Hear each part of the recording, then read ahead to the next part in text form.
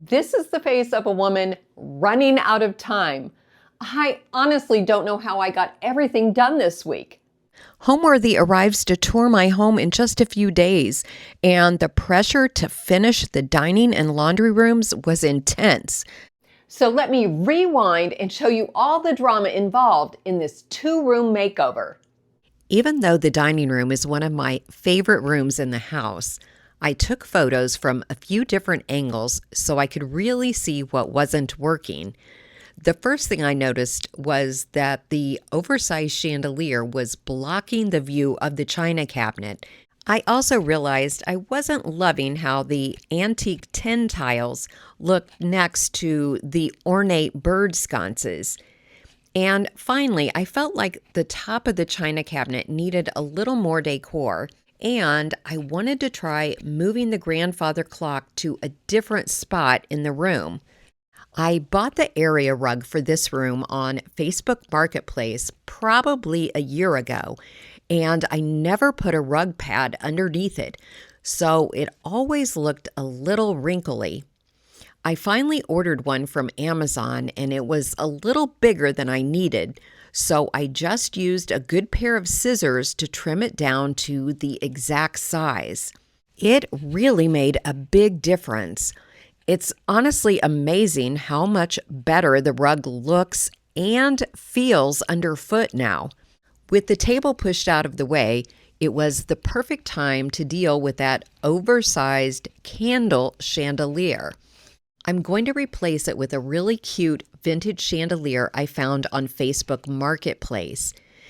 Even though there is no electrical hookup in the center of the ceiling, I decided not to remove the electrical wiring and replace the bulbs with candles because I might want to hook it up to electricity one day. So for now, I just tucked the ends of the wires into the chain to hide them. Although it doesn't provide any light, it does provide some crystal jewelry for the room. Last spring, I put a clay vase of lilacs on the dining room table, and the water seeped through and left a stain in the center. I tried hand sanding it, which helped a little, but I'll need to properly sand it outside when the weather warms up. For now, I'm just going to use a vintage table runner to hide it during the home tour. The dining room was the first room I painted when we moved into this house because it had been sponge painted a combination of green and brown. But now it was time to paint it again. Well, I'm already regretting taking these plates down. I thought most of them were hung on nails, but as it turns out, I used command strips, and it's nearly impossible to get to the command strip to be able to pull on it to keep it from doing this to my wall. Well, that seems to be helping a little bit. Just like trying to twist it off instead of pulling it off is causing a lot less damage. When I originally painted this room blue, I had a gray china hutch and just a small collection of blue and white china. Now that my collection has grown so much, it feels like too much blue in one space. I think the chinoiserie will stand out a lot more with neutral walls. So I'm going to use Sherwin-Williams Accessible Beige, the same paint color I used in the foyer and stairwell. I always make such a mess when it comes to pouring paint out of a can, so I decided to try one of those rubber snap-on lids, and it was definitely a much neater way to do it. I'm guessing you might be wondering why I haven't emptied out these cabinets and moved them out of the way yet. And it's because I am not going to paint behind them, which is so unlike me. We'll see. It may really bug me knowing that there is still blue paint back there, but I'm thinking that it might not bother me at all because these cabinets aren't going anywhere. And if I ever do switch them out and put something else here, chances are I'm going to repaint the room at that time anyway. So I am just going to paint around them. But I'm curious, would it bug you if you didn't paint behind a big piece of furniture? Would it like eat away at you every time you came into the room? Or would you be fine with it? Let me know. Luckily, there was just enough space behind the cabinets for me to get my little roller back there. So the beige goes far enough that no one will ever know there's still some blue paint hiding behind there. The return vent cover is in a very prominent spot, so I painted it beige to help it blend in. The second coat of paint is almost dry, so now we can get to the fun stuff and start decorating this room again. And I was thinking that I wanted to see how the grandfather clock would look over in this corner. So let's talk through this. This is where I had it before. And because this wall is farther back, I feel like there's more room for it here, but I don't particularly like that it is blocking the window. I think I'm going to have to get the curtains up to make a final decision. I get a lot of compliments on these curtains, which I bought at Pier 1 when we first moved into this house, so 12 years ago. And I still love them. And my husband likes to have the extra dining room chair sitting here because this is where he throws on his shoes and coat to take Edgar out for a walk. So I think I'm going to move on to some other things and think about the clock. And we'll see what my husband says when he comes home. He may say, "It's too crowded over here. I need more space to put my shoes on." So I've decided to put some kind of art on this wall with my bird sconces and put the plate display on the opposite wall above the buffet. I always kind of felt like the plate arrangement was just kind of floating in the middle of this rather large wall. You might remember this thrifted picture. I painted the frame white during my first year on YouTube when all of us were painting everything white. And I had it in my bedroom for the longest time, but I haven't had it out for a while. And I was thinking that it looked really nice with the bird sconces.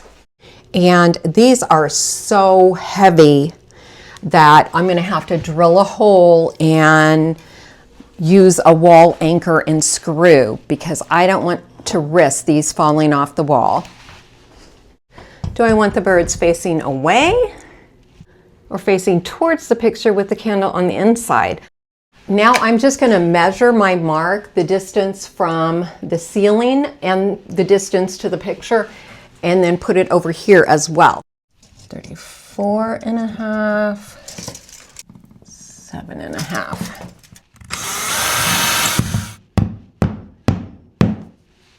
Here's a trick to use when your candles are smaller than your candle cups. Wrap the bottom of that candle with sticky tack. There we go. That worked. The only thing I'm really not liking is the white frame. I remember the frame was really, really ugly before. It wasn't just gold. It had a lot of black and gold in it. I didn't think coordinated with those pretty flowers at all. One of my viewers just gave me this tip last week that when you're dusting delicate things, use a paintbrush. So that is how I am going to dust this.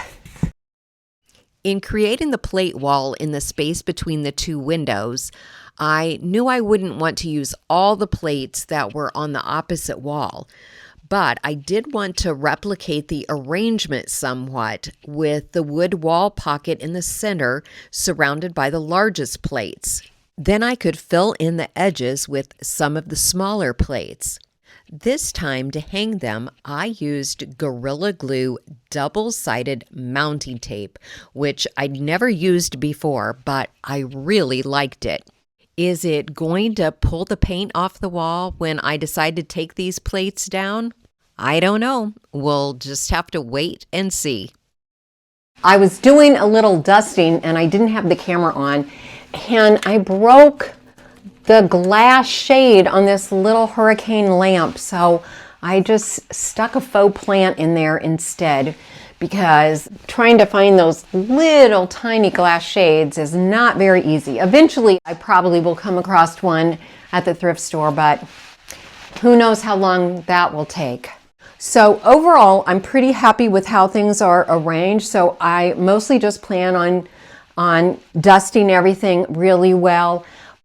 But I do want to redo the tops of the cabinet and add a few more things, particularly either wood or wicker items, just to give it a little warmer, cozier feeling. I think when I have everything is just the blue and white china, it feels just a little bit cold. Maybe it looks very elegant, but I'm more cozy as opposed to elegant, I think. So I thrifted a few new wicker baskets, and it was really funny because these are identical baskets and I got them at 2 different Goodwill stores. I have a piece of styrofoam. Well, it's really squeezed in there, but there we go. Okay, so I have this big piece of styrofoam up here so that whatever I sit on this is level. And then on this side, I have a piece of wood. But because I didn't put anything up here at all before, see how my hand goes down? It is a few inches down. So I brought in 2 2x4s, which are of course too long, but that's okay. I'll see if I can put them at an angle. And then I can sit this scrap piece of wood, and that is almost perfectly level. This is some kind of old storage box that I've had for a while, and I thought I might try using it up here. I always have to step back and look because up close I can't tell whether I like things or not. I think I do like that. And then I definitely need something else on the top of that suitcase. I think a couple books. Look at that. I paid $1.99 for this basket at one Goodwill, and I paid $4.99 for this identical basket at a Goodwill. They are literally 10 minutes, maybe 15 minutes apart from one another. I wish I could remember which store had the cheaper price, but I honestly don't remember right now. I was kind of thinking of using one basket on each side to create a little symmetry. So I like the basket because it adds some warmth there, but it seems a little plain without putting a plant in it, and I think I've already got enough greenery. When all else fails, try books. All right, you know what I gotta do. I gotta step back and have a look at it. Okay, I like the books. I think I need shorter books though. Is that better? I actually don't think I want to use this book up here because this is a book that I actually want to read. And if I put it up there, I'll never remember where it's at. I also thrifted this small trunk for $5.99 because brown stained wood always adds warmth to a space. I added just a few more books and I was done.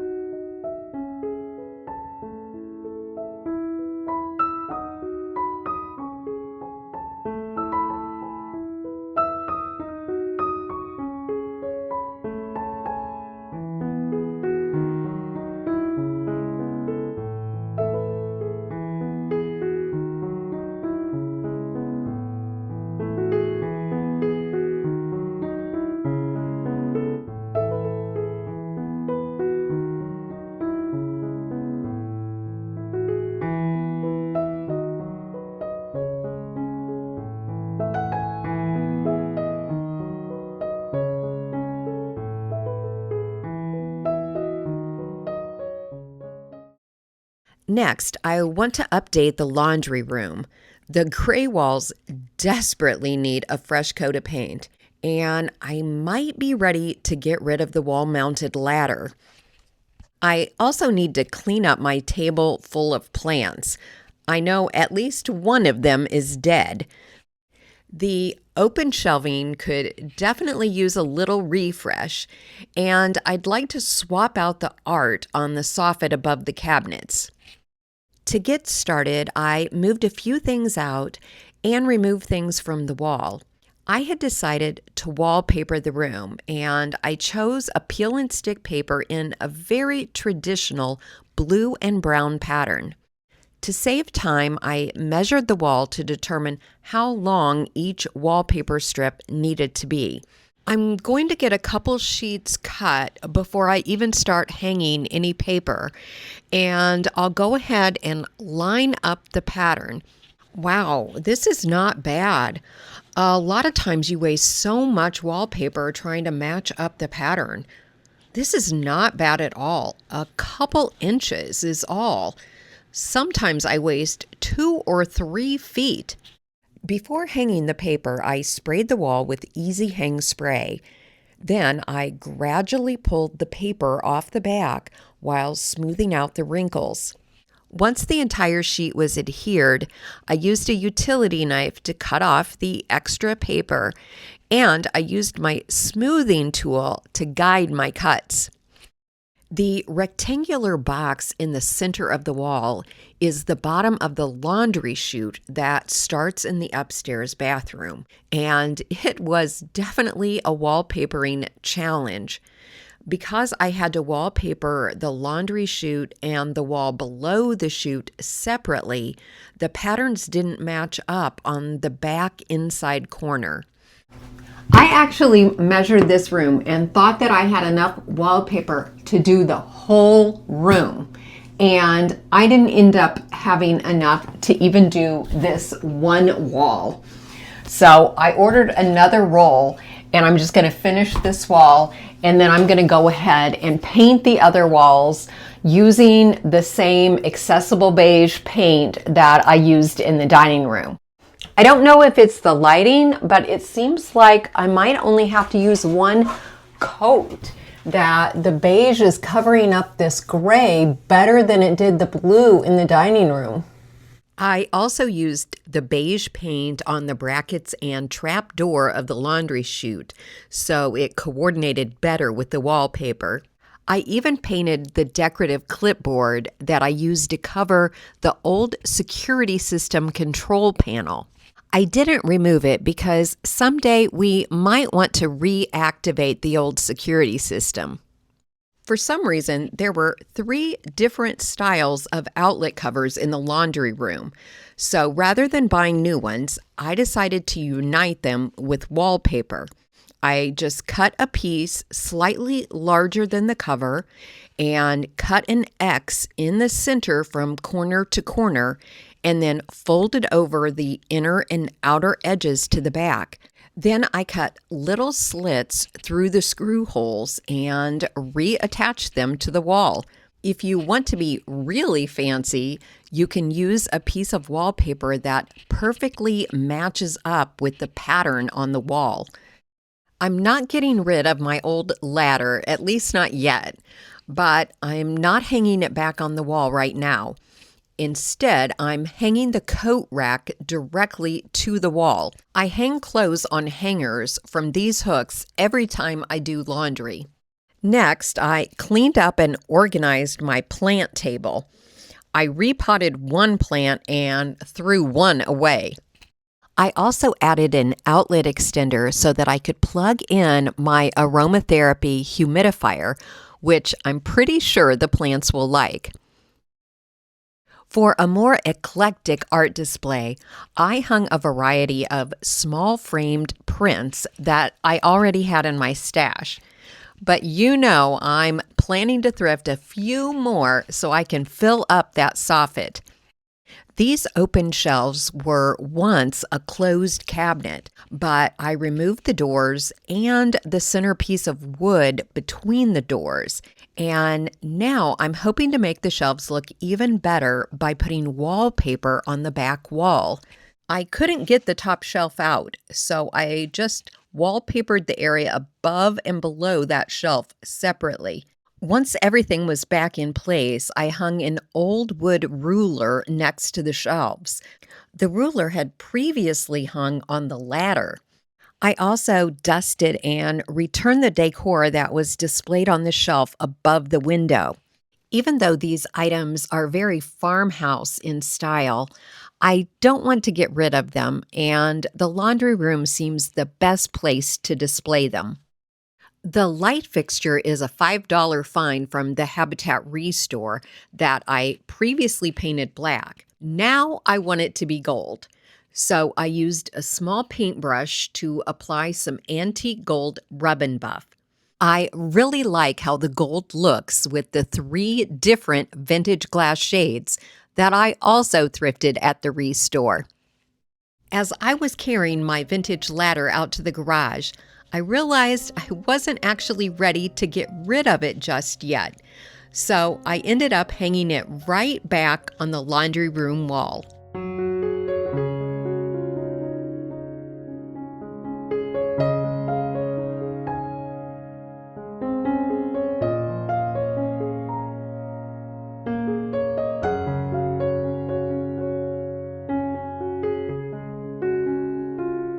If you missed the first 2 episodes in this 4-part series, I'll link them here for you. And be sure to come back next week for the finale and hopefully some behind-the-scenes footage from the Homeworthy tour. Thanks so much for watching.